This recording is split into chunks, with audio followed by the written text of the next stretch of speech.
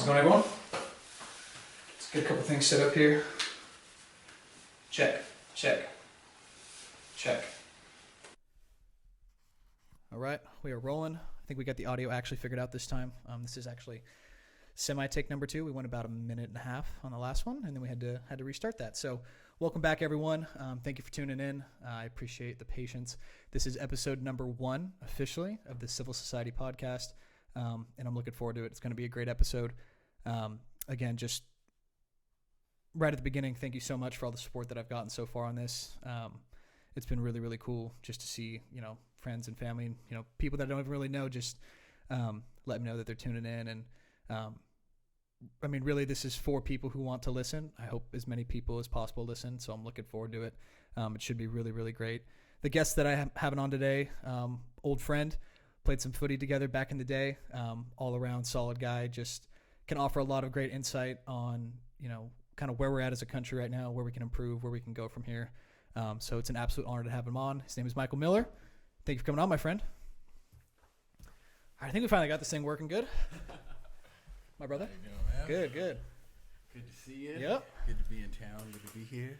Feel official with the headphones? This feels... Oh, yeah. Either we make this a podcast or we make a mixtape, but Hey. I'll leave that up to you. Y'all don't want the bars. They'd be better than mine. I think we Oh, definitely want man. yours more than mine.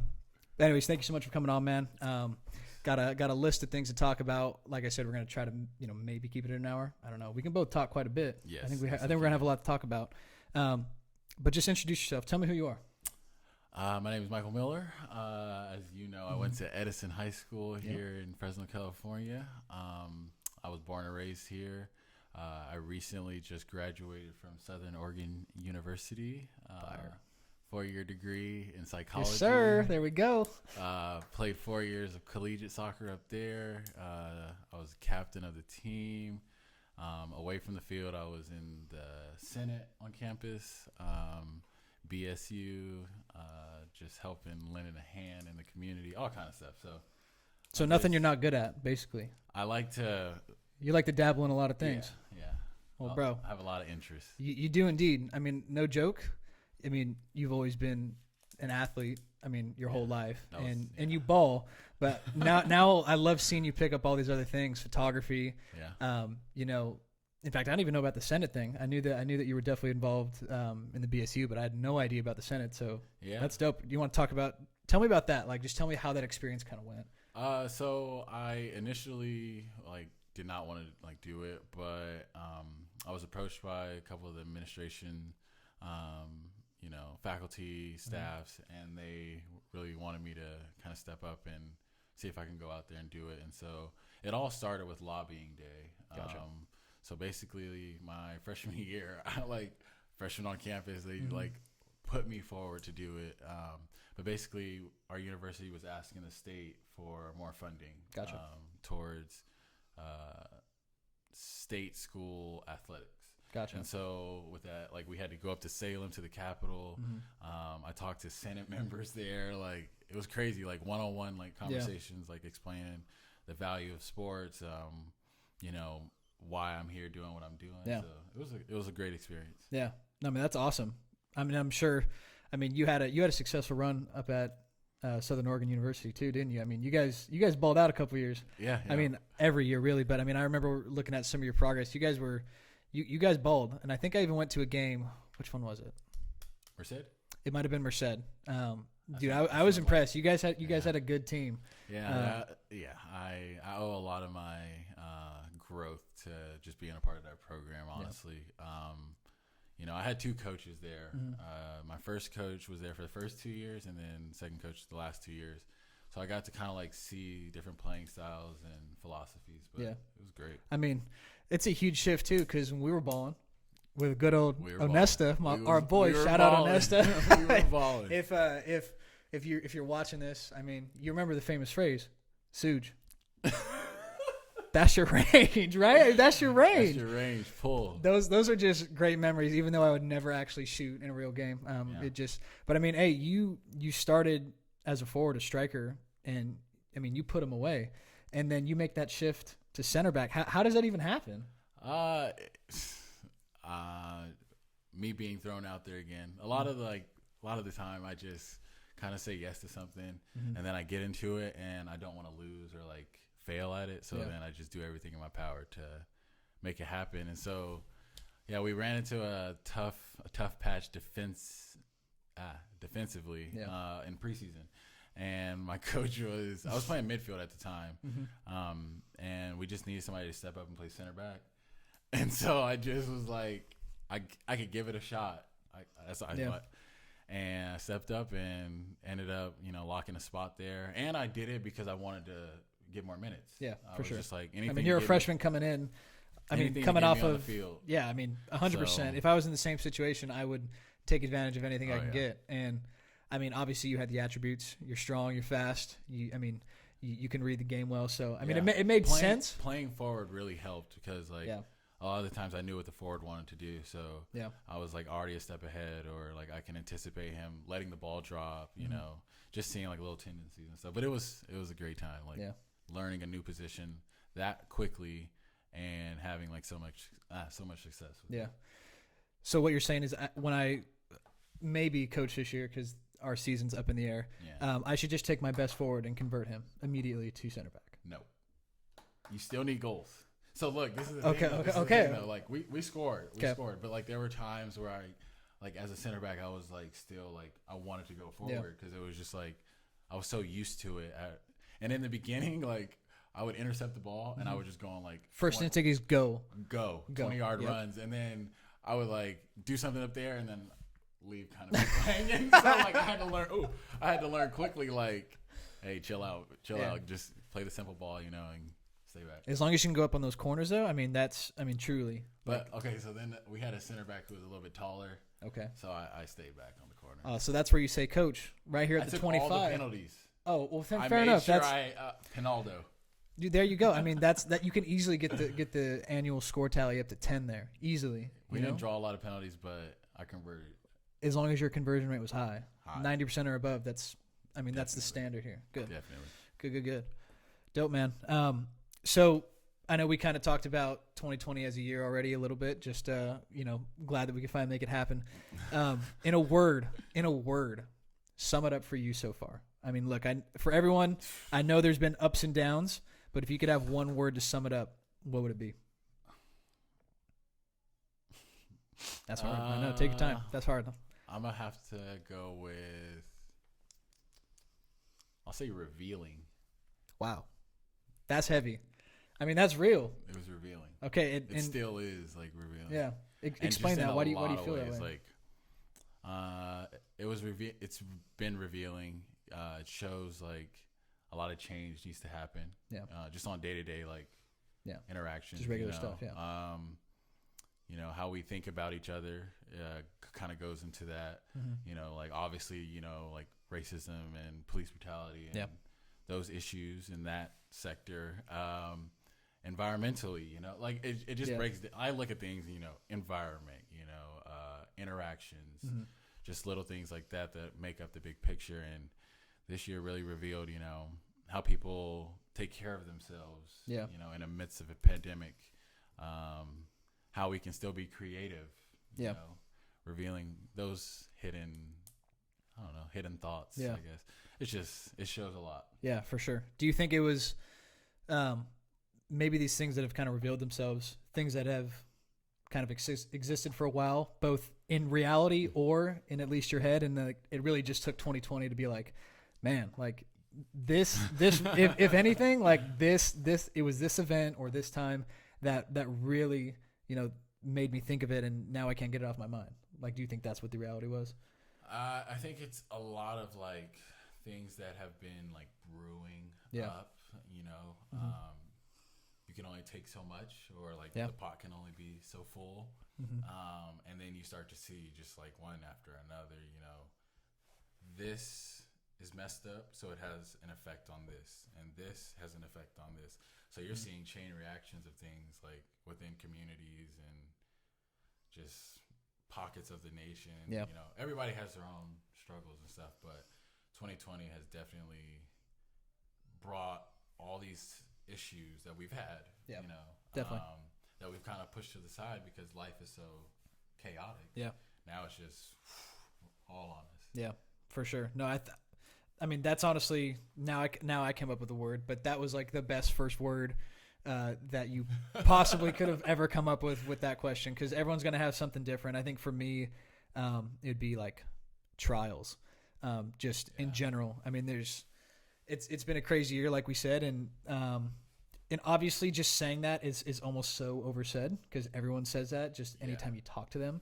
But I mean, if we really reflect coming in on the end of the year, trials, there's been things challenging everyone, personally, economically, physically, health-wise. I mean, and it doesn't, I think the hardest thing is that when we look at it, we only see things on the surface, and people who look fine according to what they post on Instagram, or what they say in minute conversations. That's not the whole reality. I mean, there's people who are struggling, people who you would look at and think, I mean, yeah, you got a job, you still have your family, they're still healthy, but there are things that this year's brought along, and things that, like you said, maybe have been brewing, right, that they're still playing out. But so yeah, no, 100%. I think that's a fantastic word. I like yours a lot more than mine, honestly. But so describe your experience in Oregon overall, because I mean that's honestly a huge change to go from a California kid right here in the Valley to up in Oregon. Explain what that's been like. So it all started like a long time ago, before high school. I played ODP, Olympic Development Program. And so with that, I represented Northern California. And so we played against SoCal, we played against Alaska, Oregon, but we all met in Portland for this tournament. And I was at a young age. And so going out to Portland, I just remember, it was wet, rainy, different from Fresno. Yep. And a soccer player's best possible dream. You best walk possible, by like Nike campus, all kind of stuff. You know? 100%. So I just grew up thinking I want to go to school in Oregon or Washington. I think that would be pretty cool. And so going through the high school process, I was playing with you. Look at that! Look at that! I'm sure we can find a picture here. In fact, if I can. When I post this eventually, I'll try to find an old picture. I actually definitely have one. I will put it with all the boys in the Bullet United. We'll hit them all up. They got pictures. just post them all up. Yeah, don't worry. That'll be the background for something involving this episode. So sorry. Sounds good. No, but so when we were playing up in, I think it was Modesto, at a showcase. Yeah. Southern Oregon came by, and while we were playing, they talked to my parents. Gotcha. I had no idea. My dad tells me later that night, oh yeah, Southern Oregon gave me this card. Later that night? Not even right after the game? He was like, you guys did good, he's talking about the game, and then he goes, oh, by the way, saw this, and so I'm like, oh, okay, cool. I look at the card, and what really stood out to me was the coach was black. Gotcha. And I was just like, wow. You don't see that very often, I didn't even know that even was a thing, that there were black soccer coaches in college. And I wasn't even thinking that far at the time. And I was a little bit stressed about the recruiting process. Gotcha. And so when he stuck out, I was like, I got to see what he's about. I don't care what school it is. So then Oregon, I was just like, this might be this might be it. And so we went and took a trip up there for a camp and everything. And you've passed through. I have indeed. It is. I love it there. Beautiful. It is beautiful. Ashland is I'm in Ashland, Oregon. Yeah. It's right across the border of California, so it's closer to home than being in Northern, which is Portland. Yeah, and so that was also a big deal, because family is very important, and so being able to come home real quick and get back, it was perfect. Yeah, and so getting to Oregon was great, and soccer kept me busy from the jump, and school, and just everything that goes into that. Yeah. But away from the university, as of lately, I've kind of grown a little suspicious. Oh, explain. It's just with everything going on, the tensions are very high. Yeah. Well, explain those. Tell me straight out. Like I said, I've been trying to tell people right from the beginning. Right, everyone I have on, no punches being pulled. Right. We got to talk open and honest. So I mean. Tell me exactly how you feel right now about your current location. So Ashland is, I tell people this all the time. It's it's an altered like reality Gotcha. in a way. Like it's very hard to describe because when you get there, you're like, this is kind of like perfect in a way. Like there's no craziness. It's very slow paced. It's a small town. Yeah. You see not the same people every day, but you see common people. Definitely. You have conversations with people. So it was like when I got there from Fresno, I was like, this is nice. Ideal. Oh, Yeah, ideal. I get to actually like relax, Yeah. you know? And it's like that. But with the past 2 years of like real racial tension in our country, you started to see like little things that Like have subtle things. Like you you wouldn't know? have noticed before. Yeah, and so like on campus, we've had incidences that have happened that we could talk about, and then from there it drifts off campus, and now we've have incidents and shootings, and so Wow. yeah. Was that something that was pretty recent? Was that? So the most recent thing that is very shocking and disturbing, like we got to put that out there. Yeah. A young African American male was shot and murdered right in the middle of Ashland. And Ashland doesn't have homicides. Like, you hear about Fresno, you hear about the Bay Area. It's crazy here right now. It's crazy here Yeah. right now. I mean, Fresno's crazy, but Yeah. I mean, I could imagine just, definitely taking place in a smaller town. That's got to shake things a little bit. Yeah. And the craziest part about it was I didn't find out till 2 days later. Wasn't reported? I guess not. Well, there was an article written, but there's no real way to like hear it. No one watches. People my age. I don't watch the news. We don't watch I'm not the gonna lie. I get updates from my phone from like major events, but I don't sit down. Yeah. Like so, like it kind of like slid under for the first couple days, and then I wake up early in the morning for work, and I woke up and I just saw this article, and I'm thinking like the article's old. Yeah. I was like, when did this happen? And then they said Monday, and it's Wednesday. It's Wednesday at this point.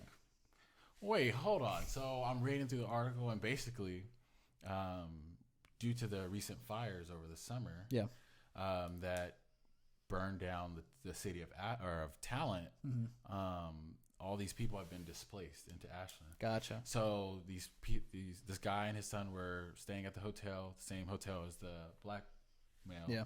And he was 18, and the man who murdered him was 50.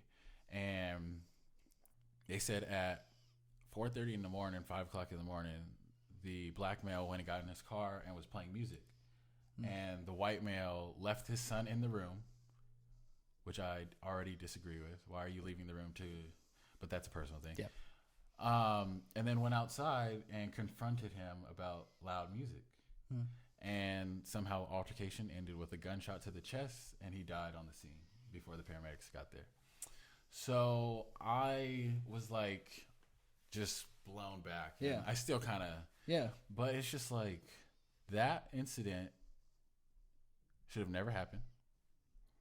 And I question every time these incidents happen, it's like, are you keeping up with what's going on? Like, yeah, like almost like that's they haven't been here for 2020. Like they haven't seen some of the events. Like, why are you going out of your way to do this? Or like to if the music is an issue, I felt like, why don't you just go get the security? Or the people who run the put in some earplugs. Or, I mean, look. There's many different ways to handle it. So many. So, like, that was one incident. And then this was probably 2 months ago, right before my birthday. No, this was not 2 months ago. This is how 2020 Dude, been. It was months and months ago? Yeah. This was back in late July. Okay, yeah. August. So, a lot of months ago. Yeah. It's been a whirlwind. Yeah. My apartment complex, I live in student housing on Gotcha. campus. Early one morning, I'm leaving. Well, I wake up and my roommates come to me and they go, "Did you see what happened down the street?"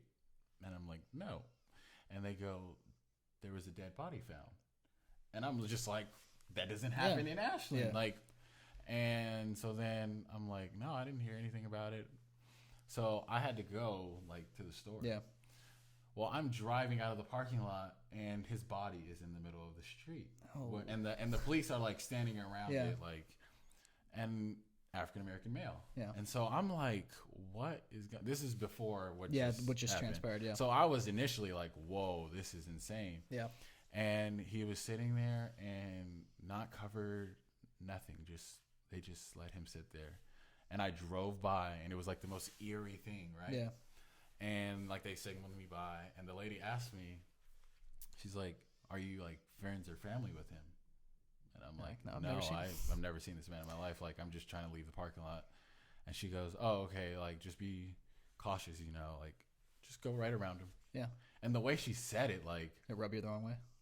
yeah, like just Yeah. go right around him. Like, he's dead now. Like, Yeah. you know. And I was just like, what? And so I slowly go around, and I'm just like looking like, what is going on? And I started like just to kind of break down. So then I went about my day, because realistically, as Black people, like, we just go about our days. Like, Yeah. that needs Like to be like addressed. every other regular person, right? It Just needs to doing be your thing. addressed. But I go about my day, and I come back, and I already see signs put up for him from I Gotcha. guess the people that found Yeah, him. I yeah. think. And his name was Michael. Wow. So I was just like, I kind of went through this week or two where I had a good birthday, but after that I kind of sunk into this like hole of weird feelings. Bro. But that's like 2020. I mean, right if you there. were like, I'm not incredibly like superstitious.